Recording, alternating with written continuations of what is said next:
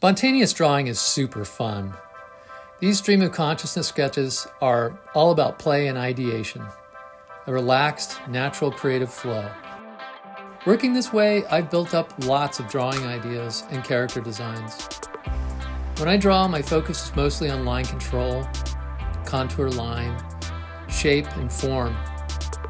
Once I put a line down, there's a relationship that happens between the line and the open page around it that begins to suggest the next line or shape. As I continue to draw, my brain starts looking for patterns and shapes and starts making connections. The subject matter starts to reveal itself as I'm drawing. It's all a mindset, really. My mindset is simply to create, to stay open to new ideas. I think of each drawing session as a generative process, a time for exploration. Anything that taps into your creative mind, your ability to link seemingly unrelated things and imagine new ways to express them, is a good thing. And that's what keeps me coming back to it, that sense of discovery. I'm not a sketchy artist. I draw directly, usually with a pen, and I'm not interested in hiding the fact that my artwork is hand-drawn. But still, I use Procreate to clean up my line work. It makes it easier for the coloring process. Procreate is great for adjusting the shapes that might be a little out from the perspective that you set up in your drawing. Still, I don't want to overwork it.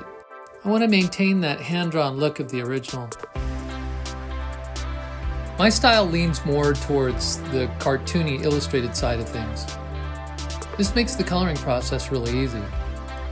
I start by choosing a color and using it to fill the whole image.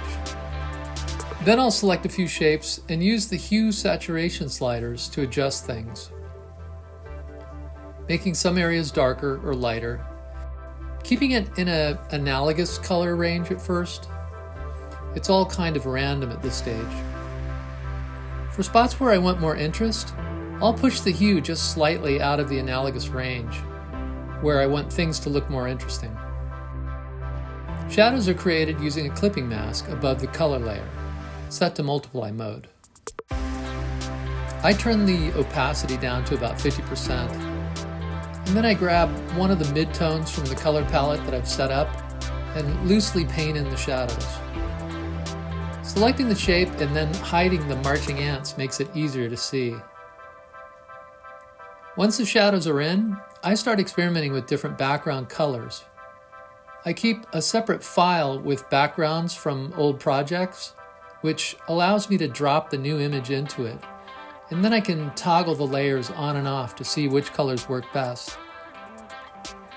Once I find something that works, I'll start adjusting the image and the background colors together, using brightness, contrast, vibrance, and playing around with selective colors, all of the adjustment sliders at this point. I like using frames and other drawings from my notebook for background elements. I'll usually add my channel name as a placeholder text, nothing final. And that's it. I hope you found something useful in this, and thanks for watching.